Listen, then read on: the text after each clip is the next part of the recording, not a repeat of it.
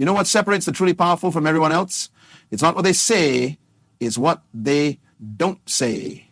I learned this the hard way, and today I'm going to share with you the 8 situations where your silence will become your greatest weapon. But before I dive in, let me tell you something that will change your life forever. The person who masters silence masters their destiny. I used to be the guy who had something to say about everything. Every conversation, every meeting, every argument, I was there, mud running, thinking I was proving how smart I was, until one day I realized something that hit me like a lightning bolt. The most successful people I knew, the ones who commanded real respect, they barely spoke. When they did, everyone listened. That's when I understood that words are like money. The more you spend, the less valuable they become. Think about this for a moment. We live in a world where everyone is screaming to be heard. Social media, conversations, meetings, it's all noise. But what if I told you that in this chaos of voices, your silence could be the loudest sound in the room? What if I told you that by choosing when not to speak, you could gain more power than any words could ever give you? The first situation where you must embrace silence is when someone is trying to provoke you. I call this the trap of emotional reaction. Picture this. Someone says something that cuts deep, something designed to make you explode. Your blood boils, your face gets hot, and every fiber of your being wants to fire back with something equally hurtful or defensive. This is the moment where 99% of people fail. They take the bait, they react, they lose. But here's what I discovered. When someone tries to provoke you and you remain silent, something magical happens. First, they don't get the satisfaction they're looking for. They threw their best punch and you didn't even flinch. Second, and this is crucial, your silence makes them question themselves. Did you not hear them? Are you so unbothered that their words mean nothing? This uncertainty is your power while they're trying to figure you out. You've already won. I remember being in a business meeting where a competitor tried to embarrass me in front of potential clients. He brought up a past failure, twisted the story, and painted me as incompetent. The old me would have defended myself, explained the situation, maybe even attacked back. Instead, I looked at him, gave a slight smile, and said nothing. The room went quiet. Everyone was waiting for my response, but I just moved on to the next point of my presentation. By the end of that meeting, I had signed the biggest deal of my career. Why? Because my silence spoke volumes about my confidence and professionalism. The second situation demands your silence when you're in the presence of someone sharing their pain or struggles. This is where most people mess up catastrophically. Someone opens up about their problems, and what do? We immediately jump in with advice, with our own similar stories, with solutions they didn't ask for. We think we're helping, but we're actually stealing their moment. When someone is pouring their heart out, your job isn't to fix them. Your job is to be a witness to their experience. Your silence gives them space to express what they've been holding inside. It tells them without words that their feelings are valid, that they're being heard, that they matter. This kind of silence is a gift that few people know how to give. I learned this lesson when my closest friend was going through a divorce. Every time we met, I had advice, I had strategies, I had similar stories from other people. One day he looked at me and said, "Can you just listen?" That's when it hit me. My words, no matter how well-intentioned, were drowning out what he really needed, someone to simply be there. From that day forward, I practiced the art of silent support. And you know what? Our friendship became deeper than ever before. The third situation where silence becomes your superpower is during negotiations. Whether you're negotiating a salary, a business deal, or even something as simple as the price of a car, the person who speaks first after the offer loses. This is a law as fundamental as gravity in the world of negotiation. Here's why this works. When you make your offer or state your position and then remain silent, you create pressure, not on yourself, but on the other person. They feel compelled to fill the void, and in filling that void, they often reveal information you couldn't have gotten any other way. They might improve their offer, they might show their hand, they might negotiate against themselves. I once sat in a negotiation for a major contract. After stating our price, which was significantly higher than what they expected, I shut my mouth. The silence lasted for what felt like an eternity, probably 45 seconds. The other party started fidgeting. Then they started talking. First, they explained why the price was too high. Then, without me saying a word, they started suggesting ways they could make it work. By the time they finished talking, they had essentially agreed to 90% of what we asked for, all because I knew when to stop talking. The fourth situation is perhaps the most challenging for people in our modern age. When you're surrounded by gossip. We live in a culture that thrives on talking about others. It's entertainment, it's bonding, it's also poison. When you're in a group and the conversation turns to gossip about someone who isn't there, your silence becomes a statement of character. But here's the tricky part. If you speak up against the gossip, you might come across as preachy or holier than thou. If you participate, you become part of the problem. The solution? Strategic silence. Don't contribute, don't laugh, don't nod in agreement, just be quiet. Change the subject when you get the chance. Your silence in these moments builds a reputation that money can't buy, the reputation of someone who can be trusted. I've watched careers get destroyed by gossip. I've seen friendships end and opportunities vanish because someone couldn't keep their mouth shut about others. But I've also seen the opposite. I've seen people rise to incredible heights simply because they were known as the person who never spoke ill of others. When you refuse to participate in gossip through your silence, you become the person everyone trusts with their secrets. You become the safe space in a world full of judgment. The fifth situation where silence serves you is when you're learning something new. We live in an era where everyone wants to appear smart. We interrupt with questions to show we're engaged. We share related experiences to prove we understand. We nod and make sounds of agreement. But all of this noise prevents us from truly absorbing what's being taught. True learning happens in silence. When you're quiet, really quiet, you pick up on nuances that others miss. You hear the things that aren't being said. You notice the body language, the hesitations, the emphasis. You absorb not just the information, but the wisdom behind it. This is why the greatest students are often the quietest ones. They understand that every moment spent talking is a moment not spent learning. It transformed my life when I learned to be silent during learning opportunities. Whether it was in business seminars, personal development workshops, or even casual conversations with successful people, I practiced extreme listening. No interruptions, no clever questions to show off my knowledge, just pure, focused silence. The amount of wisdom I absorbed during these silent periods laid the foundation for everything I've achieved. The sixth situation is when you've accomplished something significant. This might seem counterintuitive. After all, shouldn't you celebrate your wins? Shouldn't you share your success? Yes, but not immediately, and not with everyone. When you achieve something great and you immediately broadcast it, you dilute its power. You turn your achievement into just another social media post, another humble brag, another piece of noise in an already noisy world. Silence after success serves multiple purposes. First, it allows you to fully experience and internalize your achievement.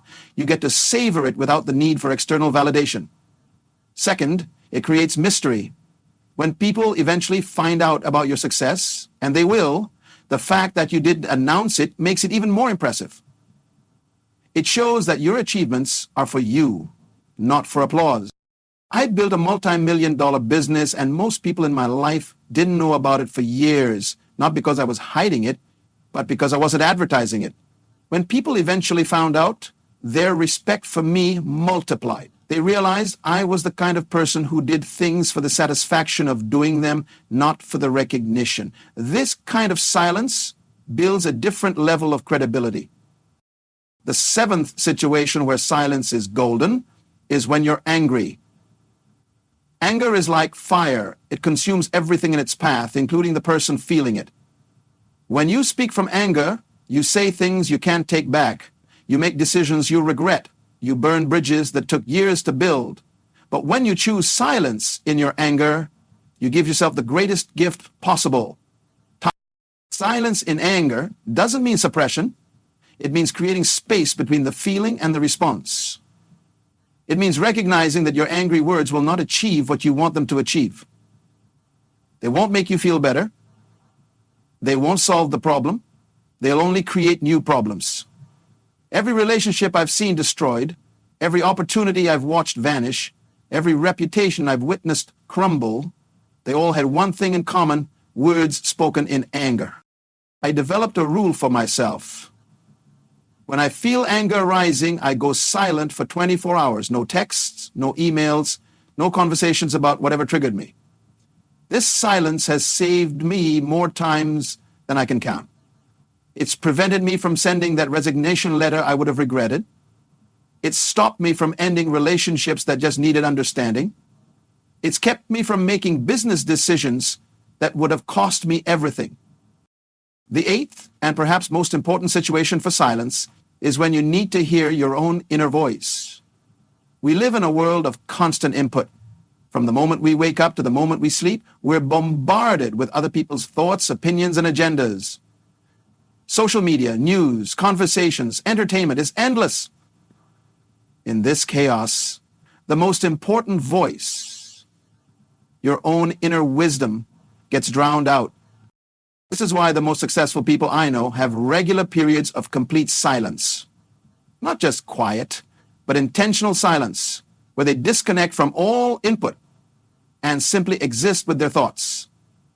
In these moments of silence, clarity emerges. Solutions to problems appear. The noise of the world fades, and what remains is truth. I practice this kind of silence every morning. Before I check my phone, before I speak to anyone, before I let the world in, I sit in complete silence for at least an hour. In this silence, I've discovered business ideas that have made me millions. I've found solutions to problems that seemed impossible. I've gained clarity on relationships, on purpose, on direction. This silence is where my power regenerates. But here's something crucial about mastering silence that nobody talks about. Silence isn't just about not speaking. True silence is about creating space. Space in your mind, space in your reactions, space in your life. It's about understanding that not every thought needs to be expressed, not every opinion needs to be shared, not every battle needs to be fought.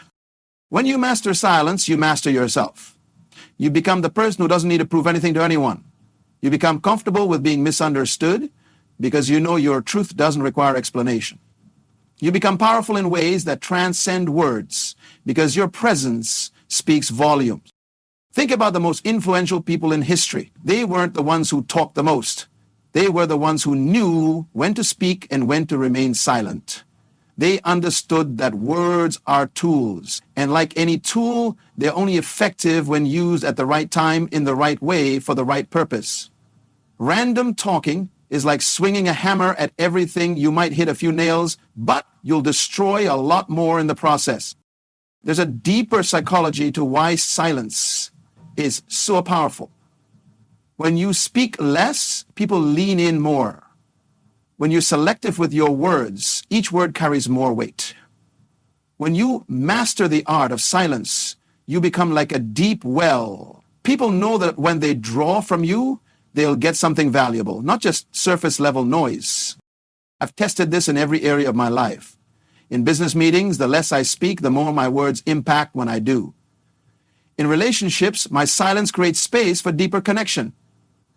In conflicts, my refusal to engage in verbal warfare often resolves issues faster than any argument could. This isn't about being passive or weak. This is about being strategic and strong. Let me share something that will revolutionize how you think about communication. We've been taught that communication is about expressing ourselves, about making sure we're heard and understood, but true communication is about creating understanding, and sometimes the best way to create understanding is through silence. Your silence can communicate confidence, wisdom, strength, compassion, and intelligence in ways your words never could. I've walked into rooms where my silence commanded more respect than any introduction could have given me. I've sat in meetings where my quiet observation led to insights that changed the entire direction of companies. I've been in arguments where my refusal to argue led to the other person solving the problem themselves. This is the paradox of silence. By saying nothing, you often say everything. But mastering silence isn't easy. We're conditioned from birth to fill voids with sound. We're uncomfortable with quiet. We associate silence with awkwardness, with not knowing what to say, with weakness. This conditioning runs so deep that most people will never experience the power of intentional silence. They'll live their entire lives in reaction mode. Speaking before thinking. Responding before understanding. Talking before listening. The journey to mastering silence starts with awareness. Start noticing your urge to speak. Notice how uncomfortable you feel when there's a pause in conversation. Notice how desperately you want to share your opinion, your story, your advice. Then, instead of acting on these urges, pause. Let the silence exist. Let it do its work. You'll be amazed at what happens when you start practicing this. Conversations become richer because you're actually listening instead of waiting for your turn to talk. People start confiding in you more because they sense you're not judging or preparing to give advice. Your presence becomes more powerful because it's not diluted by unnecessary words.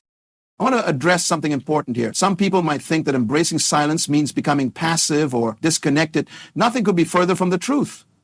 The silence I'm talking about is active, intentional, and powerful. It's the silence of a predator waiting for the perfect moment to strike.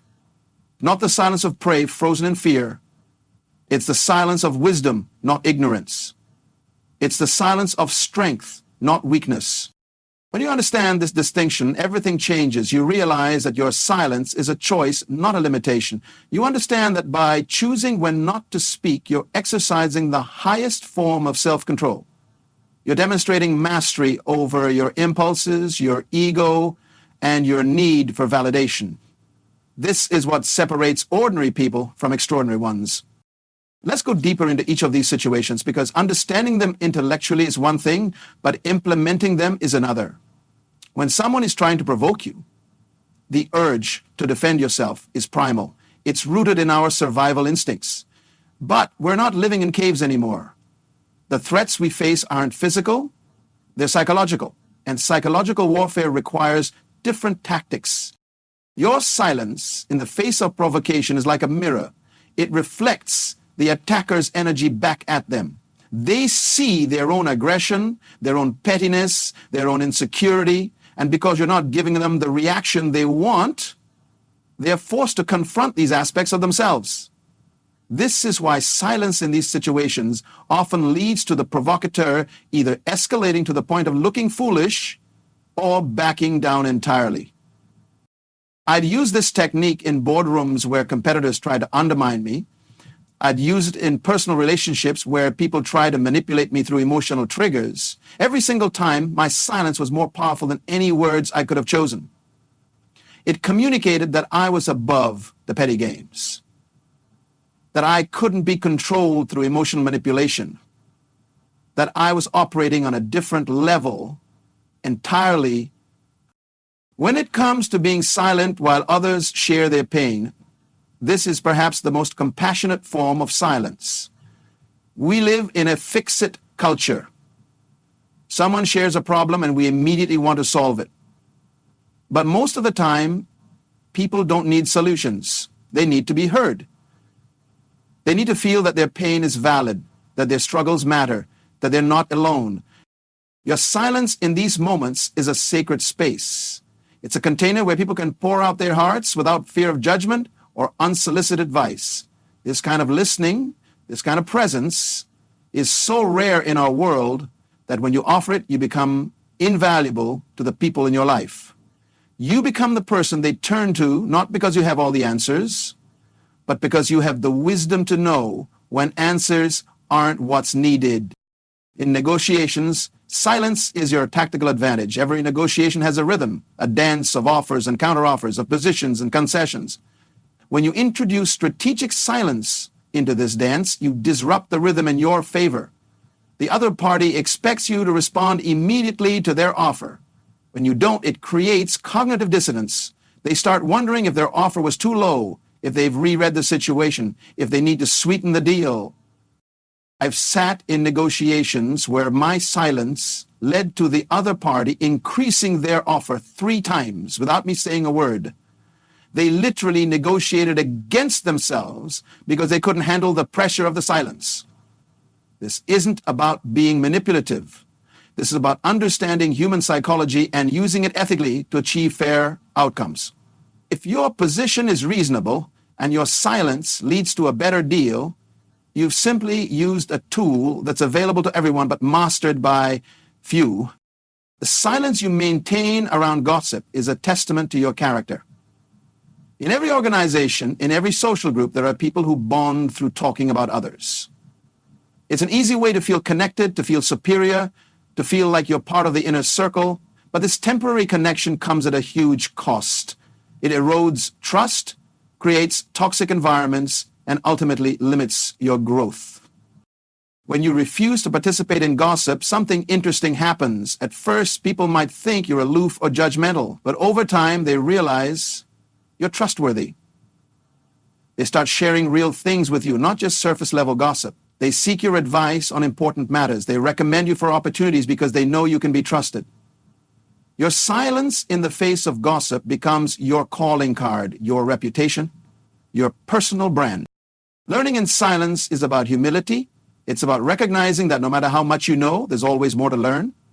It's about understanding that your questions and comments, no matter how insightful you think they are, might be preventing you from receiving the full transmission of knowledge. When you're truly silent while learning, you pick up on subtleties that others miss. You hear the wisdom between the words. You absorb not just information, but understanding. I've sat with masters in various fields, and the most valuable lessons came not from what they said, but from what I observed in silence.